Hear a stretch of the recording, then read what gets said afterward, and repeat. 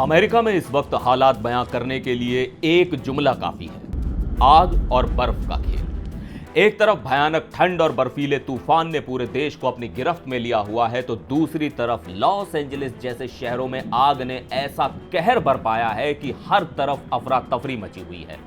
जरा सोचिए, जहां एक तरफ लोग हीटर के सहारे अपनी जान बचा रहे हैं, वहीं दूसरी तरफ धुएं और आग से बचने के लिए लोग अपनी गाड़ियां और घर छोड़कर भागने को मजबूर हो गए।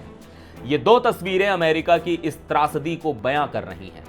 तो आज के इस वीडियो में हम आपको बताएंगे लॉस एंजलिस में क्या हो रहा है, ये आग कैसे बेकाबू हो गई और क्या इन हालात को टाला जा सकता था। आइए इस खतरनाक कहानी की गहराई में चलते हैं। लॉस एंजलिस का पैसिफिक पैलिसेड्स इलाका, जहां आमतौर पर हॉलीवुड सितारों की चमचमाती दुनिया होती है, वो अब राख और धुएं से ढक चुका है। यहां की सड़कों पर गाड़ियां लावारिस खड़ी हैं, इंजन ऑन है, हेडलाइट्स जल रही हैं, लेकिन अंदर कोई नहीं है। लोग अपनी गाड़ियां छोड़कर पैदल ही भाग निकले। अब सवाल यह है कि ये हालात पैदा कैसे हुए। सेंटा एना विंड्स, यानी तेज रफ्तार हवाएं। इनकी स्पीड 100 मील प्रति घंटा तक पहुंच गई। ये हवाएं इतनी तेज थीं कि आग ने पलक झपकते ही एक जगह से दूसरी जगह छलांग लगा दी, और जब आग ने पैसिफिक कोस्ट हाईवे को जला डाला तो लोग बस अपनी जान बचाने के लिए भागे। इस आग का सबसे बड़ा शिकार हुआ पैलिसेड्स चार्टर हाई स्कूल। ये वही स्कूल है जिसे आपने कई हॉलीवुड फिल्म्स में देखा होगा, लेकिन अब यहां सिर्फ जले हुए दरवाजे और राख बची है। इसी दौरान एक वीडियो वायरल हुआ जिसमें दिखा कि लोग अपने बच्चों और पालतू जानवरों को लेकर गाड़ियों से निकल रहे हैं। कुछ लोग तो रोते बिलखते पैदल भाग रहे थे, और ये सब तब हुआ जब हवा की तेज रफ्तार ने दमकल विभाग की कोशिशों पर पानी फेर दिया।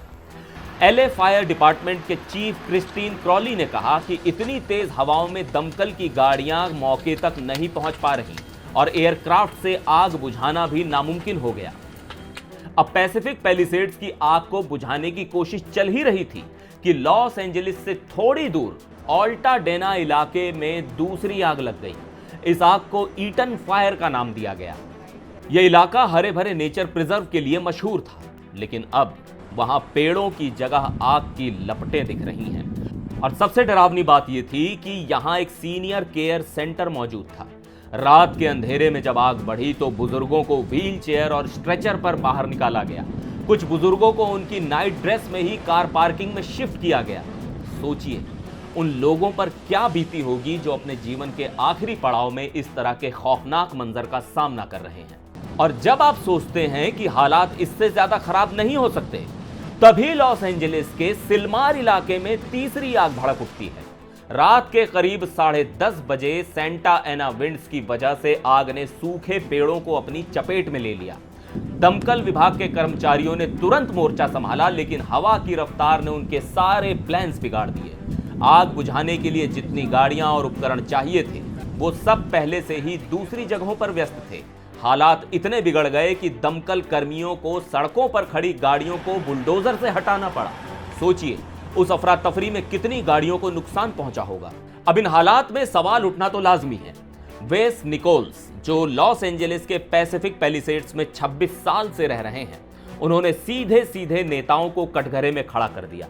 उनका कहना था कि हमारे नेता न तो तैयारी करते हैं, ना ही उनकी कोई योजना होती है। आग बुझाने के लिए फायर हाइड्रेंट्स तक काम नहीं कर रहे थे। यह नाकामी की हद है। गवर्नर गेविन न्यूसम ने इन हालातों को देखते हुए स्टेट ऑफ इमरजेंसी घोषित की, और राष्ट्रपति जो बाइडेन ने अपनी यात्रा रद्द कर लॉस एंजलिस के हालात का जायजा लिया।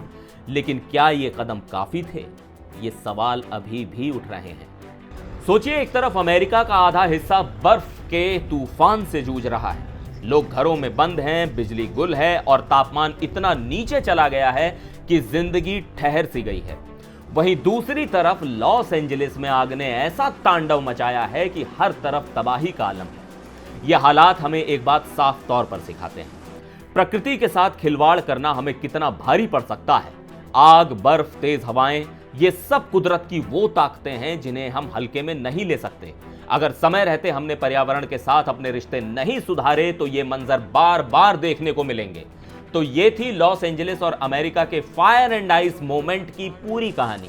क्या आपको लगता है कि इन हालातों के लिए सिर्फ तेज हवाएं और मौसम जिम्मेदार हैं, या हमारी नीतियों और तैयारियों की कमी भी इसका बड़ा कारण है?